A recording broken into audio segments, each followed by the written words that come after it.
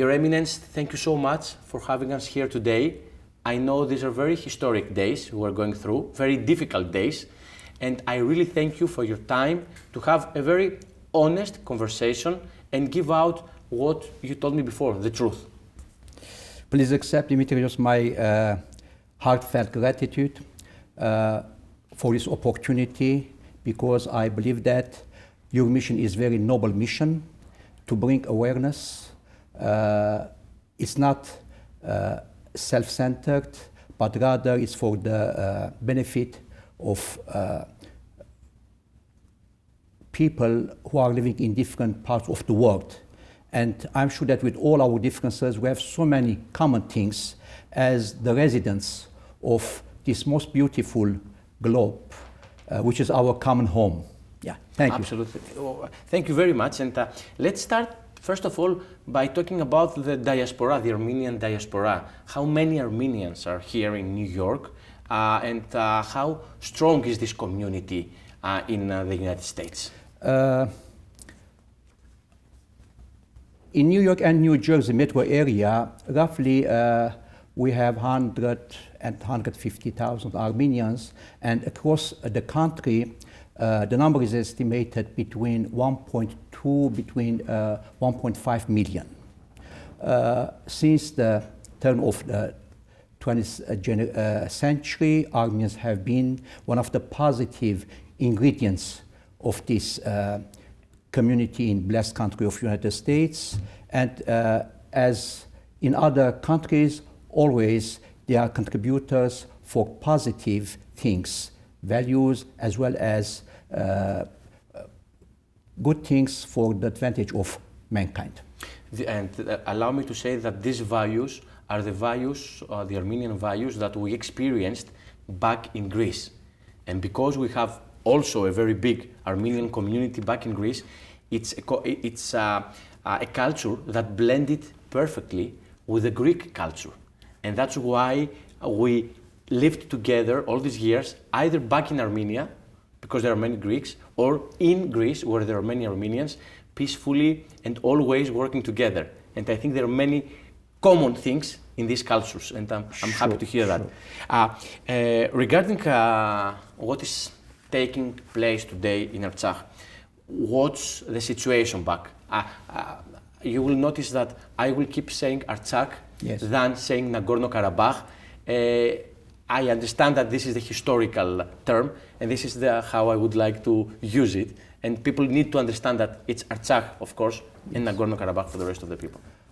What it happened on September 27, unfortunately, Azerbaijan, supported by Turkey and joined by thousands and thousands mercenaries, they waged a war against Artsakh. For the information of your audience, I believe that if I provide few historical information, it will be a great help. Armenia has been part of Artsakh has been a province of Armenia since antiquity, and we know from the not only Armenian but as well as classical historians. Nevertheless, until 13th century, it was part and parcel of Armenian kingdom. After 14th century, it came under the rule of Persia, and after early 19th century, under the Russian Empire. What it happened in 20th century, unfortunately, after the Armenian genocide in 1915, in 1920, the Shushi, which is one of the most important cities of Artsakh, went through a second genocide. Thousands and thousands, almost 30,000 Armenians were massacred. And that's why in 1920, the same year, when the Red Army took rule of Artsakh and Azerbaijan and Armenia, and later the League of Nations, they proclaimed Artsakh as a disputable territory.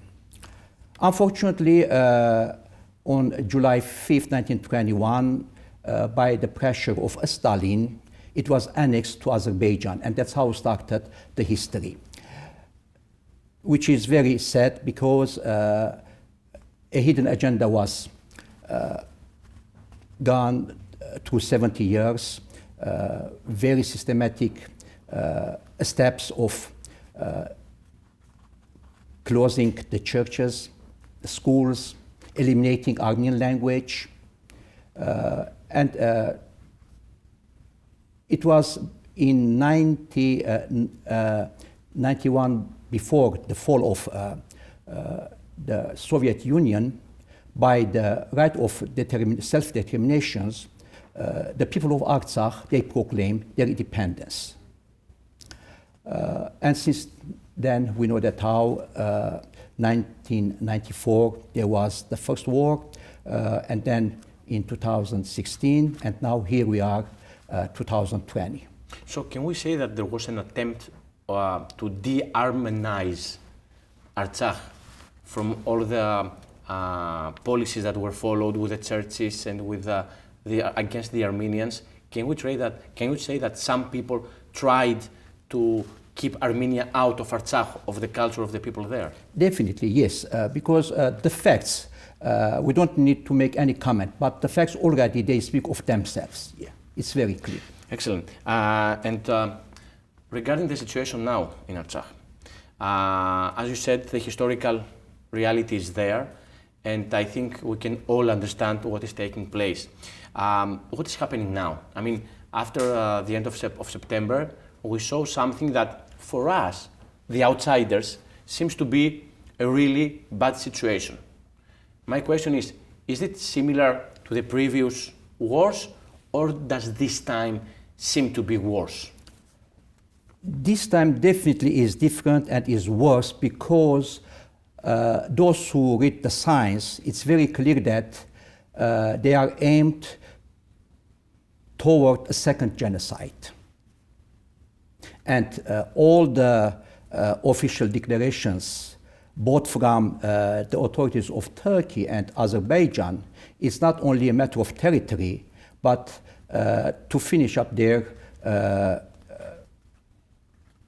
let's say, genocide which started back in 1915.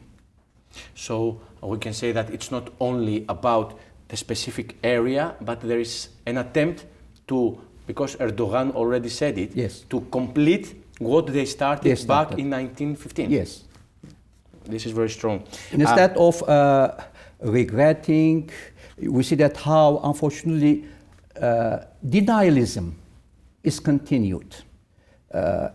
With different means, they have tried always to change, to distort history, but nevertheless, we don't need anymore to go back to history. Today already is history being repeated.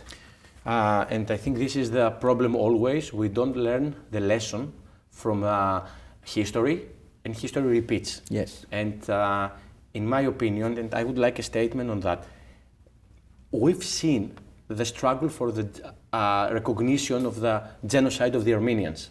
And we as Greeks, we also have the struggle for the recognition of the genocide of the Greek Pontians and the Greeks in Minor Asia. Some people on the outside could not understand why we're giving so much emphasis to the struggle for recognition of a genocide. Can we say that today our point is proven? Because once you don't recognize the genocide, you will have the chance to try to complete it or to repeat it. So is this a message to the world community that had we recognized the genocides, we wouldn't have reached this point today? Definitely. In 1915, the genocide did happen. At that time, the world community was in the First World War. And of course, each and every country, they had their own problems, their own concerns. And because it was left unpunished, it was continued and succeeded by the Holocaust and other genocides, which we are witnessing until today. Therefore, I believe that the sooner the world community, they move forward and take positive actions, it will prevent further unjust wars. I see, I agree. And we know that even Hitler, he was, I can say, inspired by Talat Pasha and Kemal Atatürk. And today Erdogan is inspired. Exactly. So the history continues. Are there any war crimes? You have your connections back in Artsakh. You know what is happening there. Can we say that this is a war as we know it, or there are war crimes that take place? Because, for example, the Amnesty International reported that there is a use of depleted bombs, which were prohibited back in 2010. Yes. So, what is happening now? So along with all these bombs, also schools, churches, hospitals, civilian facilities, as well as cyber crime, all these are part of that war crimes. And I believe that they are recorded very carefully, and the world community, they will take into consideration. Can we say that, so there is not only a war on the first line, where there are soldiers of each side, but others are affected as well as the civilians? Unfortunately, the inhabitants of Stepanakert, Shushi, they have evacuated. This is maybe one of the worst wars the world is witnessing, because day and night, not only on battlefield, they are bombarding the cities, which is three-shift war. And I believe that eventually the world will understand the depth of these atrocities and will come forward. Now, you talked about Susi, and we saw the cathedral there. There is actually a very strong video of somebody playing violin, I believe, and I think that there is nobody who has sense in his brain and cannot cry. We saw in the bombardment the hope. However, we saw the cathedral being bombed, and so my question would be, was that an accident? Because they used to say that these are clever weapons, smart weapons. Exactly. So did they do it on purpose? Do you feel, Your Eminence, that this is a war against orthodoxy and Christianity? As you mentioned already, I don't think that it was just by accident, especially today with all the technology, when you can pinpoint any place. But unfortunately, it was a very deplorable, inhuman action. And I believe sincerely that any believer, regardless of his or her faith, will condemn this unjustifiable act, which is not only against Christians, Armenians, but as well as against God. And I think that the perpetrators, they themselves, who in the name of their religion, they make announcement, a statement, they don't know their own sacred book, because when we read the Quran, they say surah, the chapter, and ayah verse, surah Hajj, al-Hajj, it very clearly condemns those who demolish either church or synagogue or even mosques. That's why I said this is against God. And I will not be surprised, I don't know, when all of us will depart from this world. I will not be surprised if the Prophet himself will judge them, will condemn them. But they don't care, because after all, they are godless people. Anyone who believes, he will never take action toward any sacred house of God. And even more, anybody who believes in God would never attack civilians or innocent kids. Exactly, yeah. Because in our Christian understanding, each and every believer is the temple of God, the house of God. We are the living. After all, the sanctuaries are made by stone, but all of us, we are living temples of God. Yeah. Absolutely. So what is said very often is that this war is an attempt of the completion of the project of Panturkism. And Armenia is there, a small country, but bothering the whole completion of this project. So do you see this happening as well? Yes, it's ongoing utopia. And as I said, religion unfortunately has been hijacked because we know that it is the most sensible layer of emotions. You can mobilize large crowds, mobs, and rally around an obsessive goal. And that's what they are doing. The bottom line, the hidden agenda is very clear. The Panturkism or Panturanism, which eventually will create a huge and serious threat, not only for Armenia, but for the entire region. You are somebody who is really worried about what is taking place back in Artsakh. I've been in regular contact with Armenian brothers and sisters here, and I'm trying to put myself to your position. Okay. And I'm trying to think how I would feel about my country being bombed, civilians getting killed, and the world community watching, or even not reporting, or even reporting to a falsified way what is taking place.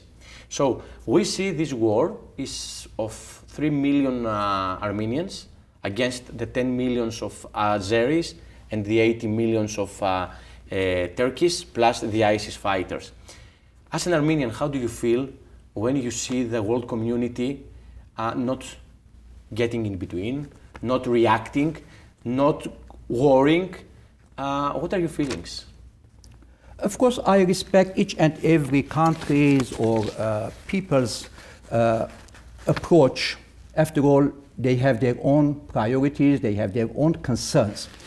But in this case, silence, I believe, it's very dangerous because it validates the actions and also fuels more and more hatred, atrocities, and war crimes. And eventually, I believe that somehow it will impact, sooner or later, maybe not within years or decades, but sooner or later it will impact on our life. So the UN, Russia, the United States, Germany, France, it's a different story maybe, they don't seem to be shocked by what is taking place. And one question out of context I would like to ask is, you are a person of God. Do you have the same feelings with simple Armenians? I see simple Armenians with anger. Anger for what's taking place against their own country and their own people. Do you have this anger or these questions inside you? Of course, as not only as a clergy, but as human being, I share the suffering and the pain of mankind. And even if I cannot, let's say, bring my tangible, my solid, immediate input, but nevertheless I try to bring the attention of my fellow brothers and sisters. As I said, we are part of a large family, and that's why you have to take care. And let me tell you, let me give you an example. Whenever there is a fire in your neighborhood, you don't say, okay, I don't worry about it. Sooner or later, it might hurt also to you. So the earlier you take prevention, it's not only for there, but also for your own benefit. I perfectly understand. So now, what about the diaspora? You're here, Your Eminence, the head of the Armenian community. We see that the numbers of Armenians all over the states are huge. So what is the participation of the Armenian diaspora in this war? Do we have people that traveled back to go and fight? Do we have attempts that take place, the demonstrations we see? How is the situation right now? Well, all diaspora Armenians are geared toward very clear goal: how to create awareness and motive in action toward a global justice, as well as to Artsakh and Armenia. As I said, throughout our experience of suffering and hardship, we have learned something, that the more and more through our suffering, we can bring something positive to the family of mankind. It's for the benefit of us as well as to the larger family. In that sense, I believe that what we are doing, somehow we are paying a very existential, heavy price, not only for our sake, but as well as for the community at large. And we can see that in Los Angeles, of course, we can see huge crowds. Here in New York, we can see big crowds. Yesterday, they sent me a video from Philadelphia. They had a very nice gathering. So they're everywhere around the States. And I think this shows in unity, because sometimes we say that unity is what we need to have. Do we see this unity within the Armenian community all together against what is happening? Definitely, you as a journalist, you are more close all to this news, and I'm sure that maybe this is very unprecedented event where all Armenians from Australia to California, from Sweden down to Africa, they are all united. As I said, because this is not a matter of territory. This is a matter of to be or not to be. This is a matter of justice. And that's how we are trying to create that awareness. 2 years ago in New York, we had a demonstration, the Greek community, for the Macedonia issue. And we had Archbishop Dimitrios on our side. He gave a very beautiful speech, and it was very inspirational for all of us. A few days ago, we saw you on the stage, talking to the crowd and speaking with many of the Armenian people there, and I could see in their eyes how inspired they got and how important it was for them to see the religious leaders to be there. So talk to me about, was it a difficult decision to go there, or was it a very easy decision for you, and what it means for you to talk to these people there? It's not a matter of easiness or difficulty. Rather, it was part of my mission to come forward and to talk about peace, about justice. And hence, when I went there as a clergy, it was my duty and mission to talk about truth. After all, if we have an Armenian saying, there is a time to keep silence, there is a time to speak out. And this was the right time to speak out. Otherwise, we become accomplices of the atrocities. And therefore, never I hesitated when I was invited to go and to share my brothers and sisters' concern. Actually, the presence of our Greek brothers and sisters was highly commendable. After all, our relationships as Armenians and Greeks is deeply rooted in antiquity. We know from the historians, Herodotus, Strabo, and others. Besides, we shouldn't forget that our recent fate, we have shared so many bitter experiences along with the Armenian genocide. Parallel, there was the Pontus Greeks genocide, and even in 1922, the massacres of Smyrna, and soon we are going to, of course, commemorate the centennial anniversary of that, let's say, very sad atrocities. That's how I believe that we have the same common ground coming from antiquity and looking always forward toward a more bright future.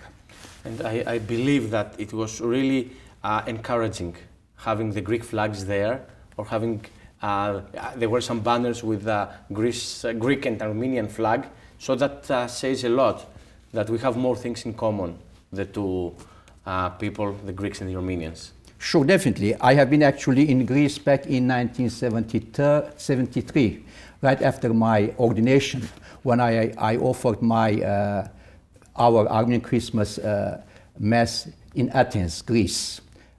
And it was a great experience. I remember that how you feel the power of spirituality in the people's eyes, in the entire environment. And I wish that all the countries, regardless of their faith, they more and more sincerely, they come closer together in faith and spirituality, and that's how it might create a global peace and joy. Have you spoken to the Archbishop Elpidoforos regarding the situation? Yes, actually I attended that very historical event when he was enthroned as the Archbishop, and I personally visited him later. Also, prior to him, I have on several occasions I have visited Archbishop Dimitrios, and I'm very, let's say, thankful for especially Archbishop Dimitrios had a very unique character. He was fatherly, let's say, approach, and I enjoy a lot. And very academic. Very, yes. Excellent. So now, how can somebody help the Armenians? How can somebody from outside the Armenian community help? Are there any efforts? Are there any ways to help the situation in Artsakh? Helping Armenians, I believe, has reciprocal dimension. By helping Armenians, actually the world helps itself. And I believe that it is not just a logo to attract others, but rather based upon facts. As I said, if only the Armenian genocide somehow was prevented, it would have better, let's say, it would have created better environment for the world at large. And therefore, I believe that whenever very simple gesture, a phone call, or let's say an email to our legislative authorities, it will help a lot to us, because I believe that if we don't take action now, soon we'll start to say that historical statement, Hannibal is at Portas, and it will be too late. Therefore, let us take that preventive action. And let me give a very existential example. Had we taken preventive actions toward the spread of pandemic, we would spare the precious lives of thousands and thousands of victims. In the same way, I believe that, as I said, it has reciprocal dimension. And for the end, and it's been really helpful to understand many things, conversation, and I'm really thankful to you for this. What is your message? The message that you would like to address through Elas FM to the world community, because this video will play not only here in the States, but also back in Greece and Canada and Australia and anywhere through the internet today. We can have it everywhere. So what is the message you want to send to the world community, to the Greeks that are watching, but not only the Greeks, to everybody regarding the situation today? My heartfelt, I don't like to say message, I like to say my heartfelt words addressed to all my brothers and sisters is the following. Psalm 85 is one of the ideals, Psalms which is my favorite. It says, righteousness and peace will kiss each other, will embrace each other. Whenever there is righteousness, justice, be it at home, in business, in community, in nation, eventually peace will prevail. And therefore, with this understanding, the foundation of our society has been justice. Artificially, we can cover, but nevertheless, the truth is there. Therefore, my message, which, as I said, I don't like it, my, let's say, heartfelt words, is the following. Let us take very seriously this matter. I feel so bad when I hear from politicians or people who are ignorant, they say, well, after all, it's a piece of real estate. Why you are making so big noise, big deal? My friend, it's not a matter of a piece of real estate. As I said, first of all, it's a matter of to be or not to be. It's a matter of justice. But also, let us not forget. Let me give an example from our own life. The Statue of Liberty is standing on a very small piece of land.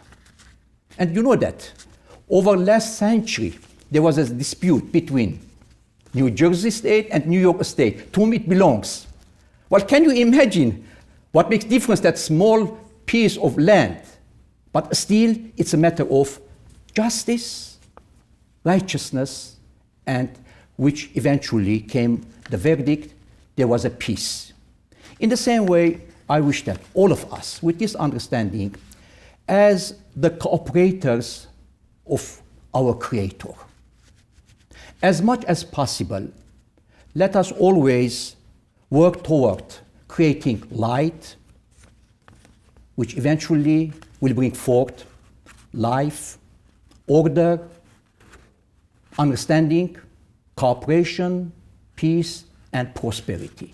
This is my heartfelt words. Thank you so much, Your Eminence. I wish only the best. I wish for this illogical and irrational war to come to an end, and I wish to see no more victims and no more civilian victims and no more young people getting killed. But as a Greek, allow me to say that we're very proud that a small nation like the Armenian is not afraid to fight for what is fair and for justice. And this is a message probably to the world community. Thank you so much. Thank you too. Thank you.